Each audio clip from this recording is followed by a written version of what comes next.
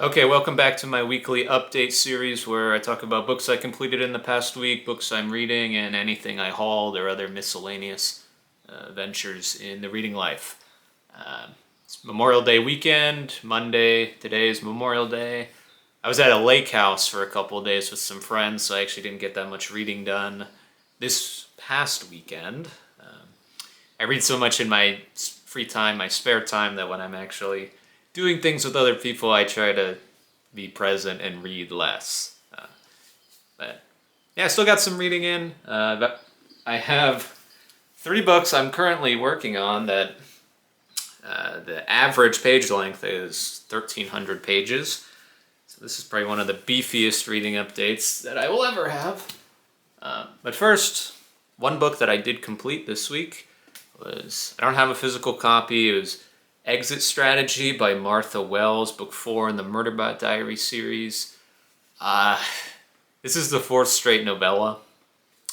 This is a science fiction series about a robot named Murderbot who keeps having to rescue humans from difficult, dangerous situations, but he would rather just be watching TV instead. I think I'm done with this series after book 4, and none of the books have been good. I think they're all very poorly written with low effort characterization and settings and plots which are not fleshed out to where any sort of story should be. Murderbot's kind of a cool character. I've said that in the past, but the actual books themselves I think are really bad. So I'm not going to continue on to book 5, which I know is novel length. I don't think I could take that. So my Murderbot experiment part 2 is coming to a close. That said, I did enjoy the show. I watched season 1 of the Apple TV show starring Alexander Skarsgård as Murderbot, and that did a lot of things right that the first book did wrong. So it was actually fun to see that story done better. So I was thinking about making a Murderbot video again, but I wouldn't be worth it. I would just be ragging on the series the whole time, and that's not worth it. So that's the book I finished. Now we have the 3 big books that I'm currently working on right now. No real updates for my Bible reading. This is the Penguin King James version from 1610, 1611. And last we talked, I was starting Chronicles, the first book of Chronicles in the Old Testament. And I read a couple chapters, but that's about it. Chronicles is kind of boring, so I thought I'll take a tiny pause on that, reset, recoup some mental energy. But still working through the Old Testament. Very close to the books of poetry, which I'm excited to read. Just have to get through Chronicles 1 and 2, then we got some prophets, and then can get to some poetry, which will be fun because I've never read those. But yeah, that's the Bible. If you were here for the last weekly reading update, you'll know I started Bulfinch's Mythology by Thomas Bulfinch. This combines 3 of his books of myth, The Age of Fable, The Age of Chivalry, and The Legends of Charlemagne. Age of Fable is the Greek myths and some Roman myths, as well as the Norse pantheon of myths as well. And the Age of Chivalry is mostly the legends of King Arthur and his Round Table Knights and Merlin. But also it features, I think, the Mabinogion, the Welsh myths. I'm not sure, I haven't read that part yet. But I was just starting this last weekly update, and now I am over halfway through. I'm almost done with the Arthurian Legends, which I'm on page 497, currently working through the Holy Grail stories. The Holy Grail being the chalice, or the cup that Jesus is said to have used at the Last Supper. That's an item that people are trying to find. Yes. But I am 20 pages away from finishing the Arthurian Legends section. This is a big book. It's 950-something pages. The Greek and Roman myths myth sections were good. It was mostly a review for me. I've read a lot of those myths before in different versions. But the Arthurian legends are, I've known of them. I don't think I've ever really read any of these myths or any novels about these characters before. So learning a lot of the backstories. I know this is the age of chivalry and these knights are supposed to be gallant and noble, but I'm really getting like a organized crime syndicate vibe from these round table knights. It doesn't feel as good as it should. These are like just mercenary brawlers who are just fighting everyone, and they're not actually like doing good works. They're just fighting and killing, and then they're killing and fighting. Just kind of fun. It's a little repetitive, as some myths get, but yeah, interesting. After I finish Arthur, it's going to go on to the Mabinogion, and then last couple hundred pages are the Legends of Charlemagne. So I'm hoping to knock this out by the end of the week. 1,000 pages. So Bullfinch's Mythology. And this last book that I started a few days ago is something I had hoped to get to a couple months ago in Historathon Q1, but I failed. So we're going back to it. That is The Landmark Herodotus by Herodotus of Halicarnassus. This is considered the first known work of history, true nonfiction history. Herodotus is also known as the father of history, but sometimes he's called the father of lies because he is not... he doesn't stick to the truth all the time, or he falls prey to mythologized stories, or perhaps his sources weren't always telling the truth. But the way in which Herodotus inquires about the time period he's writing of, which is the 6th and 5th centuries BC in the Greco-Persian world. This book basically covers the origins of the Greco-Persian War and what happened during that time and the outcomes. So very interesting stuff. I'm reading the Landmark edition. This is edited by Robert B. Strassler, published by Vintage. It is a large book. That is because there are a ton of maps and notes that accompany every single page. There's marginalia to help guide you in summarizing the material. Tons of notes and charts and illustrations. Just this, usually when you read a book, you're just reading it, but I think in this Landmark edition with all the study aids, all the reference aids, it really feels like I'm living with the book instead of just reading it. It's a very immersive experience. So I've actually only read this for one day in total.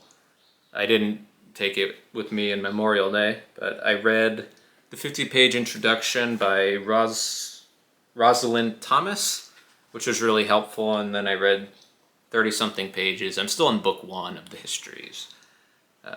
So we're still getting the origins of what was happening in Greece and Asia Minor while the Persians under Cyrus the Great were establishing their large empire. So, yep, this is a work that I've wanted to knock off my list for a long time, and it's one of the most important works of the ancient world and of history in general, so I want to take that step back into the past with Herodotus, and I'm really enjoying it so far. So that's good. Okay, so that's done with what I finished and what I'm currently reading. I did pop into my local library a couple days ago, and I was just going to buy a book or two since I was off work. I ended up getting a lot more than I had thought I would get, which is fine. But I got 7 books, actually. I'm just going to go through them really quick. Here's a biography of Walt Whitman. This is Walt Whitman, A Life by Justin Kaplan. Justin Kaplan edited the Bartlett's Familiar Quotations edition that I have. He was a literary scholar and biographer. So Walt Whitman, famous American poet. I'm interested in him, Emerson, and Thoreau from that time period of New England in the mid-19th century. So collecting biographies on those figures. But I haven't actually read Whitman's poetry yet, or I haven't read Leaves of Grass. So yeah, I just couldn't really pass up this in a nice plastic cover. So yep. And now we have 6 mass market paperbacks, which most of these are science fiction, and I feel like vintage sci-fi mass market paperbacks are like the only way to collect sci-fi. So I always try to grab them if I can, especially because nobody's making any more of these. First up, we have Nemesis by Isaac Asimov. This is one of his latest published works. It's a sci-fi adventure story from what I could tell. At first I was really excited. I thought this was Nightfall. I got them confused. That is something that was co-authored by Robert Silverberg, I believe. But yeah, Nemesis by Asimov. Next, Mechanical for Leibowitz by Walter M. Miller Jr. This is like a post-apocalyptic, maybe Catholic-inspired science fiction work. Everyone I've heard that has read this has really liked it, at least from what I've seen. So this is one that I want to get to sooner rather than later. Next up, this is one I had never heard of before, The Road to Corley by Richard Cowper. And the reason I saw it said, in the towering tradition of a canticle for Leibowitz on the back. This is a pocket science fantasy edition. And I saw that and I was like, oh, A Canticle for Leibowitz is said to be a great book. So if I had Canticle for Leibowitz, I would get this.